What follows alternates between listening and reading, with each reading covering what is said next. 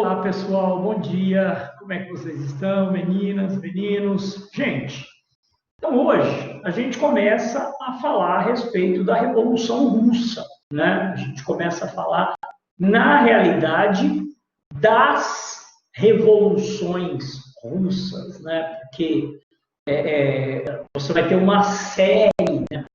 3 movimentos até que, finalmente, os comunistas vão tomar o poder. Né? Então,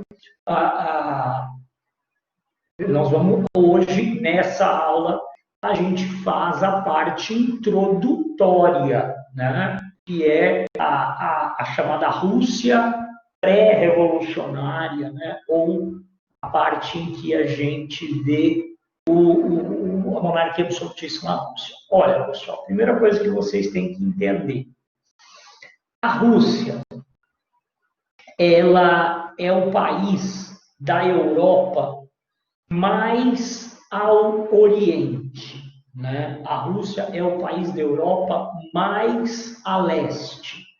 Então, a Rússia sempre teve uma característica muito interessante, que é essa fusão de elementos europeus e orientais, que é algo que, por exemplo, caracterizava o Império Bizantino, né? Então, a Rússia, ela sempre foi assim um pouco diferente do resto da Europa, né? A Rússia sempre teve algumas diferenças básicas em relação ao resto da Europa. Na verdade, e aqui isso é muito importante, até meados do século XVIII, a capital da Rússia era a cidade de Moscou. Em meados do século XVIII, o imperador ele passa para a história com o nome de Pedro o Grande. Na Rússia, o imperador é Czar. C-Z-A-R. Em original russo é Czar. Czar.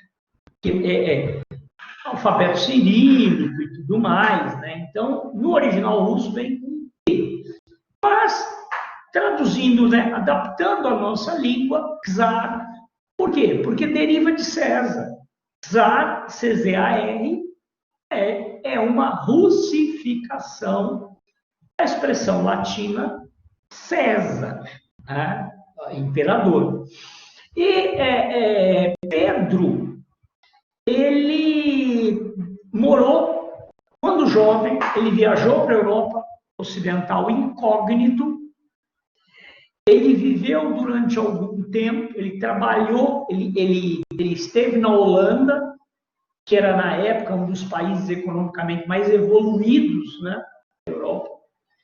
Ele trabalhou incógnito como operário na indústria naval, ele trabalhou na construção de navios. E quando retornou à Rússia e assumiu o cargo, ele vai impor um processo de europeização do país.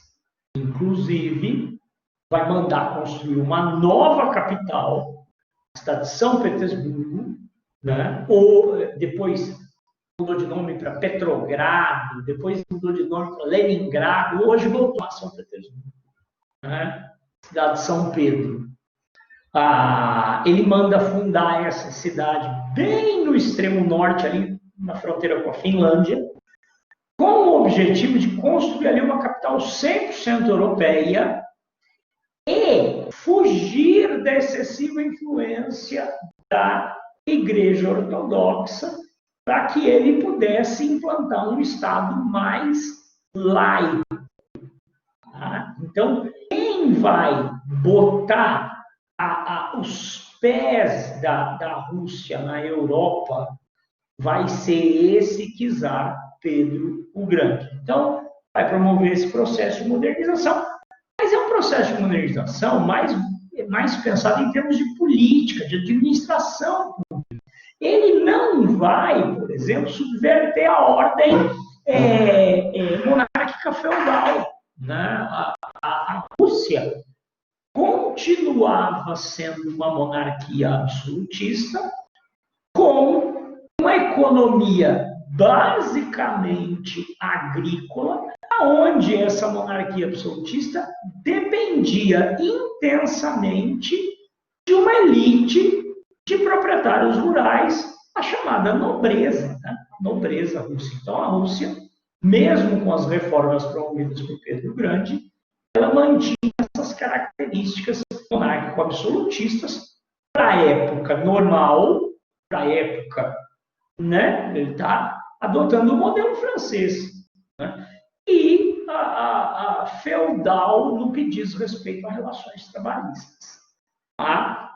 E assim a Rússia se moderniza e vai ter um papel muito importante durante as guerras napoleônicas. Todo mundo sabe, né, sobre a importância, né, da derrota de Napoleão na Rússia para que o Império Francês desandasse. Se bem que é bom a gente lembrar que não foi a vitória russa sobre Napoleão, não foi bem pela força das armas, né? Mas porque o Napoleão bobeou e se deixou pegar ali pelo inverno. Então, o mérito que a Rússia recebeu, a Rússia, olha, tem menos relação com a sua capacidade ativa e mais com o seu clima. Tudo bem. Então, perfeito, a Rússia, a partir da vitória sobre Napoleão, adquiriu status de grande potência europeia. Perfeito. Isso vai durar até os idos de 1850. Em 1850, vai estourar uma guerra, chamada, acho que é 1853, chama Guerra da Crimeia. Guerra da Crimeia, que é uma península que se projeta dentro do Mar Negro e que era território que pertenceu ao antigo Império Turco Otomano. A Rússia queria tomar do Império Turco essa região e ela invade o Império Turco. Na época, a Inglaterra e a França eram aliadas do Império Turco. Jefão, pelo amor de Deus, que putaria é essa na diplomacia? Aí chega na Primeira Guerra Mundial, a Inglaterra e a França são aliadas da Rússia. Sim, há 60 anos a diplomacia virou do avesso. Não estranhem isso. Né? Então, nos idos 1853, estoura um conflito chamado Guerra da Crimeia, que vai opor, de um lado, o Império Russo, do outro lado, Inglaterra e França, que vem em defesa da Turquia. E a Rússia vai levar um pau. Mas a Rússia vai levar uma surra nessa guerra. Vocês sabem o que era a pior parte? As forças inglesas e francesas tinham que atravessar, sair lá, né, entrar pelo Mediterrâneo, cruzar todo o Mediterrâneo para vir aqui para a Turquia. Enquanto que os russos estavam tudo ali pertinho. E mesmo assim os russos vão levar um pau. Tá? O que escancara o grande problema do país naquele momento. As reformas de Pedro Grande não promoveram transformações na economia. O país continuava agrário, continuava feudal. O país não tinha feito revolução industrial. Em 1853, enquanto Inglaterra e França já caminhavam na segunda revolução industrial, já evoluíam na segunda revolução industrial, os russos estavam completamente parados no tempo. Então, o cara que governava a Rússia na época da Guerra da Crimeia, ele se chamava Alexandre I. O czar Alexandre I, ele tem um estalo, porque ele era vizinho da Europa pelo Ocidente e vizinho da China pelo Oriente. E ele estava vendo, ele tinha uma posição estratégica para ver o que a Europa Ocidental industrializada estava fazendo com aquele Império Chinês decadente, que já tinha sido a maior potência do mundo, e que agora estava sendo desmontado pelas potências europeias, inclusive pela própria Rússia. Né? Então, o czar Alexandre I percebeu que quem não fizer a Revolução Industrial vai acabar sendo engolido por ele. Né? Como a China não fez, a China de potência passou a ser terra de ninguém. Virou fornecedor de matéria-prima e consumidor de produto industrializado na marra. Então, ele sabia que ou ele caminhava na direção da Europa, Revolução Industrial, ou ele ficava parado pelo tempo e caminhava na direção da China. Virar pasto para as grandes potências absorverem os recursos. Então, para evitar um colapso do império, de seu império, o czar toma uma atitude muito corajosa. Eu costumo dizer assim, o Alexandre I é uma espécie de Juscelino Kubitschek russo. Tá? Nossa, mas você está viajando, mas pensem nisso. Ele decide dar início a uma modernização acelerada, mandando lá uma espécie de uns 50 anos em 5, uma modernização. E essa modernização ela iria ocorrer a qualquer custo. Ele quer agora transformar a Rússia em uma potência industrial. Mas como fazer um país agrário e atrasado se transformar em potência industrial? Primeira atitude dele nesse sentido. Na época, ele foi colocado ao lado de Abraham Lincoln como libertador de seu povo. Tá? Na época, ele foi visto, porque foi na mesma época, 1863, o Lincoln abole a escravidão nos Estados Unidos, o Alexandre I abole a servidão, porque os trabalhadores na Rússia estavam presos à tradição feudal, eram servos. E como é que você cria mercado consumidor com uma população presa a seus filhos? Então, em 1863, ele vai abolir a servidão. Quando questionado pela elite russa, ele tem uma resposta na ponta da língua e fala: ou a gente abole a servidão de cima para baixo agora, ou a servidão vai ser abolida de baixo para cima daqui a 10 anos de uma forma revolucionária, através de revolução. Então, ou a gente, lembra do Geisel, a abertura na ditadura militar lenta, gradual e segura? A gente tem que fazer essa transição sob nosso controle. Então, ele dá início a um processo de modernização, mas é um processo de modernização que não pretende abolir a monarquia absolutista. É um processo de modernização meio que na base do despotismo esclarecido. Vamos viajar e pensar dessa maneira. Então, ele vai abolir a servidão e vai dar início a uma série de medidas de estímulo ao desenvolvimento da indústria. Aqui eu comparo ele ao Juscelino, por quê? Porque a Rússia não tinha burguesia. Então, todo esse desenvolvimento será gerenciado pelo Estado. Enquanto que na Inglaterra, enquanto que na França, nos Estados Unidos, você tem uma burguesia que enriqueceu muito, ainda no período da monarquia absolutista, que depois depõe o absolutismo e implanta seu modelo. Aqui não, aqui é o Estado que vai ser obrigado a gerenciar o processo. Por isso que lembra muito o Brasil. O Estado será o grande incentivador e o grande consumidor da produção industrial. Então, o que ele vai fazer? Em primeiro lugar, ele vai procurar empréstimos internacionais. Ele vai buscar alianças internacionais para que romper o isolamento tradicional da Rússia, entrar no jogo político europeu, buscando dinheiro. E o que a Rússia tinha era, pelo menos nominalmente, uma força militar muito grande. Então, acabou não sendo difícil para ele formar uma aliança militar. Em 1870, a França tinha sofrido uma derrota militar pavorosa para a Alemanha. A França estava desesperada em busca de aliados para montar um bloco anti-alemão, e acabou acontecendo uma aproximação da França com a Rússia, onde a França vai emprestar grande quantidade de dinheiro em troca de uma aliança militar que vai levar a Rússia para dentro da Primeira Guerra Mundial. Então, a Rússia vai ingressar na Tríplice Entente como que vendendo a alma para o diabo. A Inglaterra e a França. Agora, tem um novo inimigo no cenário, que é a Alemanha. A Inglaterra e a França vão buscar a Rússia para ser o aliado,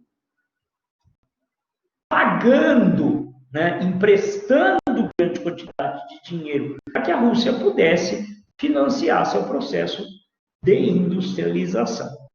Por outro lado, ele também vai buscar capital interno. Você sabe o que ele vai fazer? A base da economia russa é a agricultura. Então, o que ele faz? Ele vai criar uma legislação que vai oferecer uma série de estímulos para os grandes produtores rurais que quiserem exportar sua produção agrícola, né? Então, ele vai conseguir transformar trigo e milho em moeda forte, que acabará sendo investida na indústria. O problema é que quando ele começa a jogar a produção agrícola dele no mercado internacional, o que vai acontecer com o preço do mercado interno? Né? Ele transforma trigo e milho em commodity. Então, a população russa que quiser comer vai ter que pagar o preço determinado pelo mercado internacional. Né? Um amigo meu me mandou uma mensagem: nossa, você viu as novas tecnologias? A partir de agora, a soja será utilizada em uma série de novas tecnologias. Nossa, o futuro do mundo é a soja. E eu já respondi: puta que pariu, vamos pagar R$20 um litro de óleo. Né? Fudido, então vamos ter que voltar a cozinhar na banha. Tá? Porque se aumenta o consumo externo, o preço interno vai junto, né? Sobe também. E é exatamente isso que aconteceu na Rússia. Então, ele vai acabar conectando a Rússia às potências da Tríplice Entente. Eu falo, vendeu a alma para o diabo, na medida em que ele passa a receber dinheiro, mas vão cobrar. Uma hora vão cobrar dele, entrar em uma guerra contra a Alemanha, e seja o que Deus quiser. E no que diz respeito à questão interna, ele vai criar uma série de problemas para a população. Ele vai levar a um aumento drástico no custo de vida. Então, ele aboliu a servidão. Olha que lindo. Mas, por outro lado, o preço, né, dos alimentos sobe assustadoramente. Então, ele vai acabar criando uma tensão social significativa. Vai acabar aumentando o fogo embaixo daquela panela de pressão, gerando o quê? Aumento nas tensões sociais. Não é à toa que, como consequência das reformas políticas promovidas pelo Alexandre I, afinal das contas, o pessoal Alexandre I acaba, inclusive, sendo assassinado por terroristas. Mas seus sucessores deram seguimento às suas políticas externas, deram seguimento básico, né? Basicamente deram seguimento à sua política. Mas o que eu quero que vocês entendam? Essa modernização que ele promove, esse chacoalhar que ele dá na sociedade russa, vai levar ao surgimento de grupos de oposição. A monarquia absolutista, né? A monarquia absolutista na Rússia funcionava mais ou menos igual um Fusquinha. Fusquinha, né? O devagar e sempre. É aquele carro que não anda muito, não vai, mas não quebra. Agora ele moderniza, turbina o veículo, ganha velocidade final, mas perde em durabilidade, perde em estabilidade. Então, o que nós vamos observar? O surgimento de grupos de oposição. Vamos começar a contestar a existência da própria monarquia, né? ou da monarquia absolutista. Beatriz, boa! Meu amor, desculpem, gente, agora que o jumento do professor de vocês tá entrando aqui rapidinho. Então, gente, deixa eu tentar solucionar esse problema aqui. Revolução de 1905. Eu não aguento mais, gente. Vocês copiaram o link e colaram no navegador? Ou usaram esse ir até HTTPS, blá, blá, blá, blá?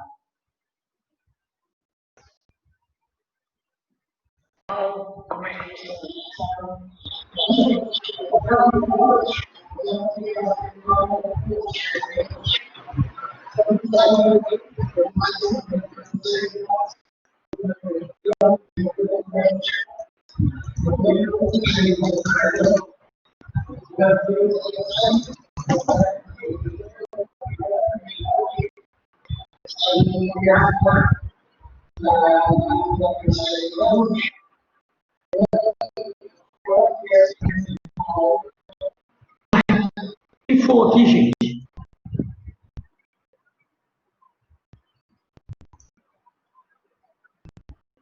Ué?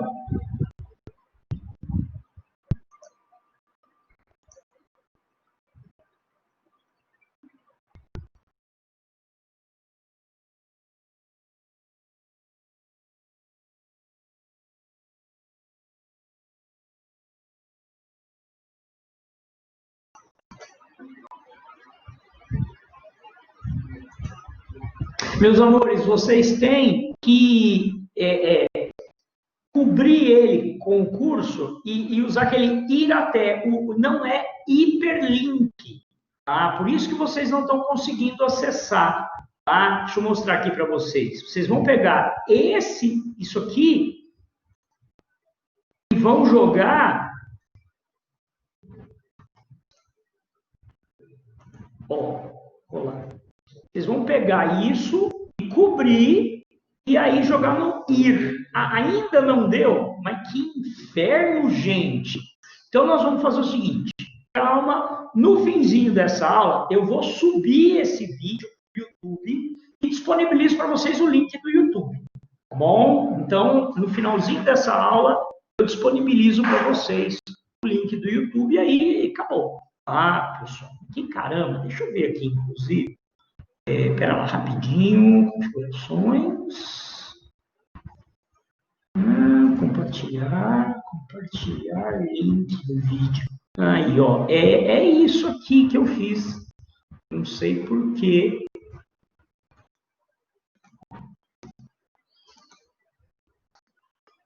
É o mesmo link, tá? Né? Então, deixa que no final eu jogo para vocês o vídeo do YouTube mesmo, tá, pessoal? Para vocês não ficarem perdendo tempo, não. Tá? Fiquem tranquilos. Então, pessoal, voltando ao assunto, eu estava dizendo para vocês então, vão acabar surgindo partidos de oposição, né? Vão acabar surgindo partidos de oposição. Esses partidos de oposição, nós teremos três partidos significativos. Primeiro, é a oposição burguesa. O problema é que a burguesia russa é uma burguesia muito recente, muito nova. O grande problema da burguesia russa é que era uma burguesia muito fraca e uma burguesia atrelada ao Estado.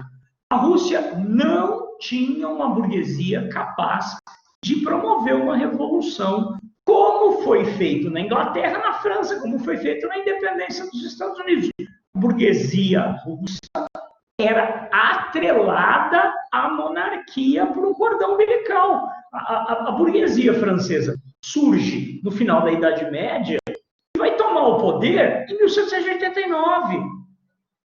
Portanto, demorou 300 anos para essa burguesia amadurecer e tomar o poder. A burguesia russa ainda estava andando de fraldas, né? Mesmo assim, irá surgir um grupo chamado Partido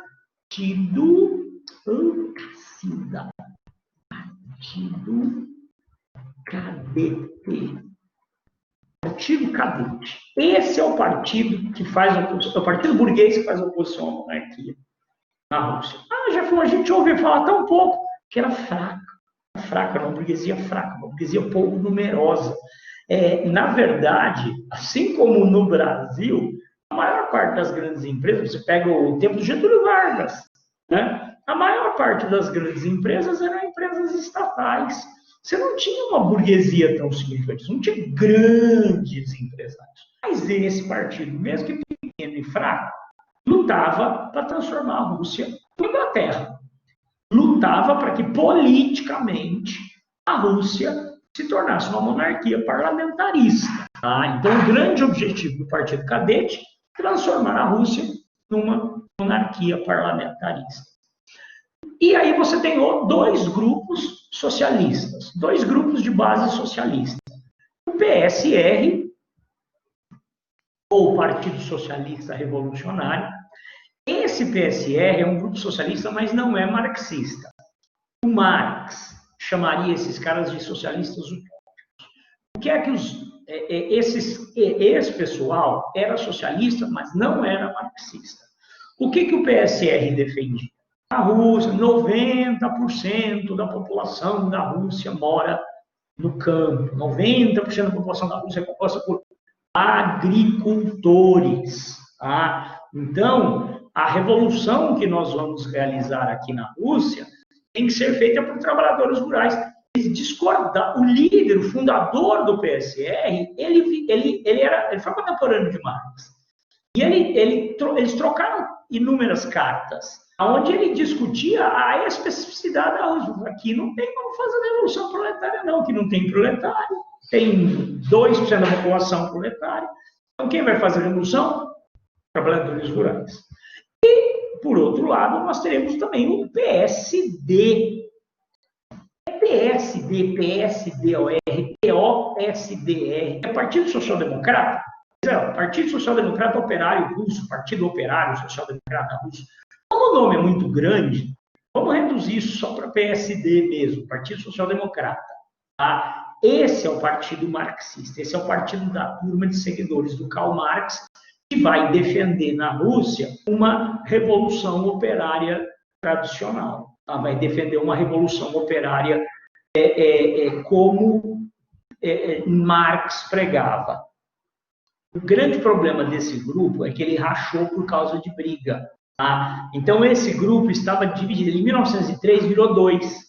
Para ferrar com vocês, só para ter mais coisa para vocês aprenderem, decorarem aí, o grupo ficará cindido em mencheviques e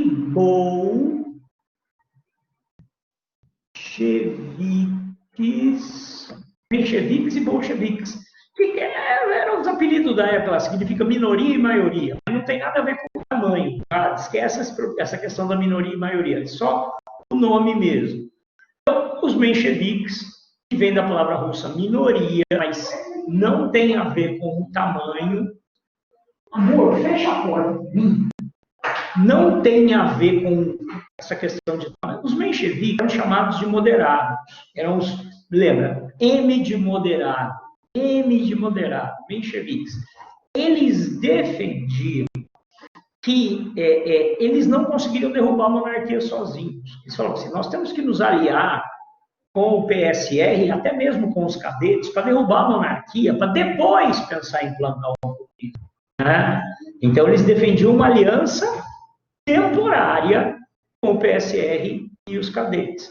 Já os bolcheviques, que eram liderados por um careca chamado Lenin, os bolcheviques eram uma ala ultra radical, uma ala mega radical. Não, nós não temos que nos aliar com ninguém, nós temos que tentar tomar o poder por conta própria. Nós temos que tentar tomar o poder menchevique, meu amor. Ala moderada. Defendia alianças temporárias com os outros grupos de oposição para a derrubada da monarquia absolutista. Então, primeiro a gente derruba a monarquia absolutista, depois a gente pensa em implantar o comunismo. O Lenin e os bolcheviques diziam, não, nós temos que aproveitar a derrubada da monarquia para implantar o comunismo direto. Então, por isso não dá para a gente fazer aliança, por exemplo, com o Partido Cadete, que é um partido capitalista. Então, nós teremos aí, na verdade, os marxistas russos divididos em 2 blocos. A menchevique e bolchevique. E além dos outros 2.